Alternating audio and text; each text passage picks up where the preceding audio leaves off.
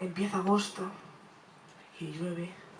En mi ventana asoma la brisa que no acostumbra, bañada de olor a tierra.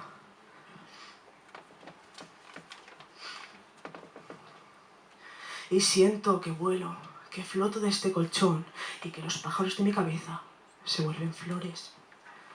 Empieza agosto y llueve. Y caigo en picado, se me empapa la pena de algo puro. Y siento que el vacío del pecho se me llena de aire. Supongo que eso es respirar. Hacía tiempo que no. Esta plenitud me está matando.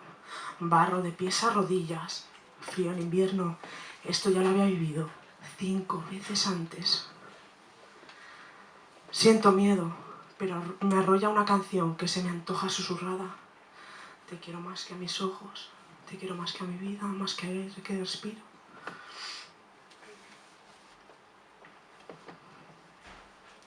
Sigue lloviendo y las campanas redoblan. Y no sé si de emoción o de muerte, pero te nombran.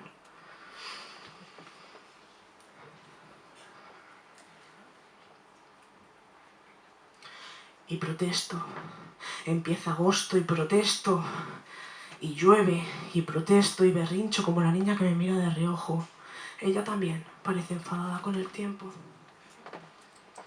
Empieza agosto, empieza agosto, empieza agosto y llueve y truena. ¿Y de qué cojones se queja el cielo si él te vino a buscar aquel agosto? ¿Y de qué cojones se queja el cielo si te tiene él desde aquel agosto? ¿Y de qué cojones se queja el cielo si ahora te mece desde aquel agosto?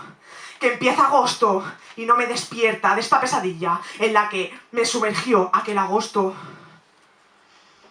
Me hundo, me ahogo. El barro me llega hasta los ojos. Empieza agosto y vuelves a faltarme entre los brazos. Empieza agosto y sigue lloviendo. Empieza agosto y el barro ya me ha cubierto hasta los pensamientos de futuro. Pero sigo respirando.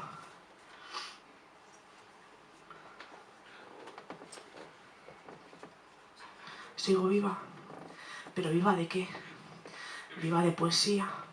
Pero es que, madre, hoy hasta la poesía se me resbala de las manos. Que me aterra olvidar que, recordar que, vivir con que sí, que empieza agosto y llueve.